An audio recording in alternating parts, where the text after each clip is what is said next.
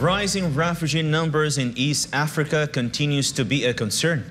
The region has for a long time been forced to deal with issues of displacement as a result of political strife, conflict and extreme weather conditions. There have been calls for the region to deal with these challenges collectively. Julie Scheier of CGTN reports. Abdirizak Ali Osman fled his home country 13 years ago to escape a civil war which displaced large numbers of Somali people. He says he was warmly received in South Africa, where he rebuilt his life.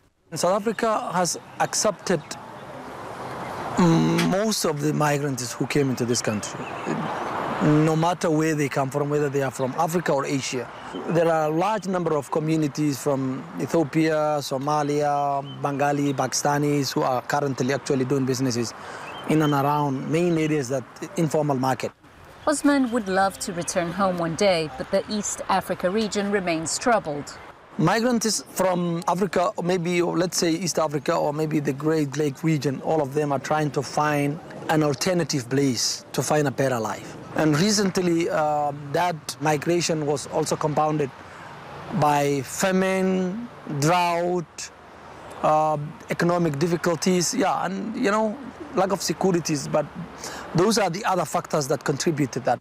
The region accounts for 30% of the continent's 26.6 million migrant population.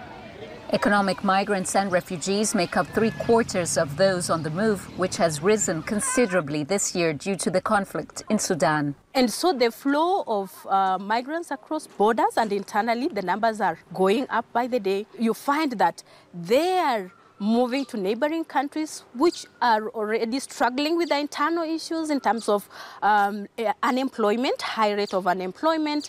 There is issues with access to social services. So the refugees or migrants that come in put pressure on accessing those services. More effective policies are being implemented, but do little to change the plight of displaced people.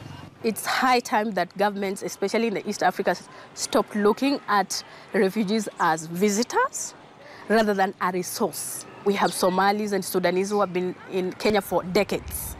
It's until 2021 with the adoption of the Refugee Act, the 2021 Refugee Act, which, if adopted and implemented, could be a game changer. East Africans have for decades been exposed to political strife and war. Climate change is now also causing forced displacement. Researchers say an integrated approach needs to be taken by East African countries to manage migrants and refugees. Julie Scheier, CGTN, Cape Town, South Africa.